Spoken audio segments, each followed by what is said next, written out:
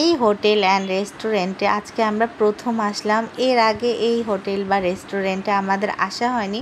আমাদের বাসা থেকে এত কাছে, তবুও আমাদের এখন পর্যন্ত এখানে আসা হয়নি।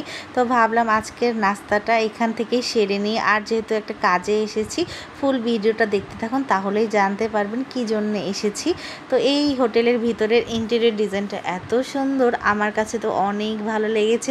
সম্ভবত হোটেলের যে ইন্টেরিয়র ডিজাইনগুলো এত সুন্দর হয় না, এই হোটেলটা অনেক বেশি সুন্দর ডিজাইন করা। আর এখানকার খাবারের মান অনেক ভালো, আর রিজনেবলের মধ্যে সব খাবার পাওয়া যায়। আমি তো অবাক হয়ে গিয়েছিলাম, এত বড় একটা হোটেল বা রেস্টুরেন্ট যেখানে কিনা এত কম দামে খাবার সেল করে ওরা।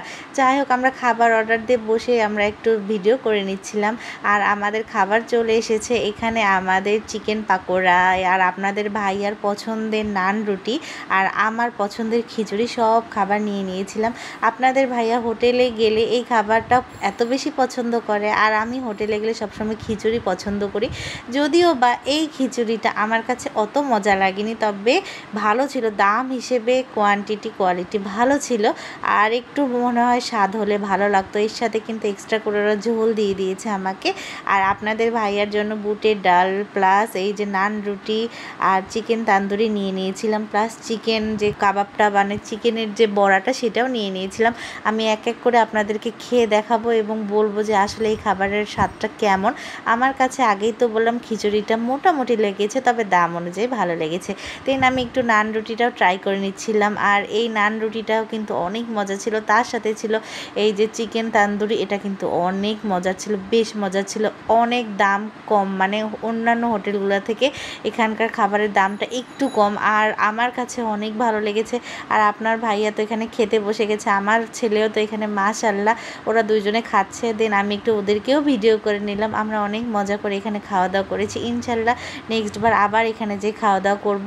আর এই যে এখানে যে চিকেনের যে পাকোড়াটা, সেটাও নিয়ে নিয়েছিলাম। এই চিকেন পাকোড়াটার দাম মাত্র 10 টাকা। ভাবা যায়। যাই হোক, 10 টাকায় ওরা অল্প একটু চিকেন দিয়েছিল, দেন আলু ছিল, দেন সবজি ছিল। আমার তো এমনি এমনি খেতে ভালো লাগতেছিল না, তাই একটু ভাবলাম যে ঝোল দিয়ে একে টেস্ট করি, আর অনেক মজা লাগতেছিল। 10 টাকা হিসেবে অনেক ভালো ছিল। আপনারা চাইলে এই রেস্টুরেন্ট বা হোটেলে এসে খেতে পারেন। আর যদি ভালো লাগে প্লিজ আমাকে কমেন্ট করে জানাবেন। তো দেন খাওয়া দাওয়া শেষ করে, চা ছাড়া তো আমাদের একদমই চলে না। দেন আমাদের চাও চলে এসেছে। এই চাটা অনেক মজা ছিল, মাত্র 10 টাকা দাম ছিল এই প্রতি কাপের চায়ের দাম। আর আপনার ভাই আর আমি তো অবাক একদম এই খাবারগুলো খেয়ে। যাই হোক, এখান থেকে বের হয়ে চলে গিয়েছিলাম। আপনার ভাইয়া কিছুদিন আগে ডাক্তার দেখিয়েছিল, তো তার রিপোর্টগুলো আমাদের হাতে এসেছে। এই রিপোর্টটা আজকে ডাক্তারকে দেখে আমরা বাসায় যাব। তো আমি তো এখানে অনেক চিন্তিত ছিলাম। এত মানুষ এই জায়গাগুলোতে আসলে বোঝা যায় যে আমাদের জীবনটা আসলে কিছুই না। এক একজনের এক এক সমস্যা নিয়ে তারা এখানে এসেছে। দেন আলহামদুলিল্লাহ, এই যে আপনাদের ভাইয়ের রিপোর্টটা আমাকে দেখাচ্ছিল এবং আমি একটু ভিডিও করে নিচ্ছিলাম। দেন আপনাদের ভাইয়া ডাক্তার দেখে বের হয়ে চলে আসবে। আর এত বেশি ক্রাউড ছিল, আসলে ডাক্তারের এখানে এত রুগী দেখে তো আমি নিজেই অবাক। এজন্য আপনাদেরকে একটু দেখিয়ে দিচ্ছি।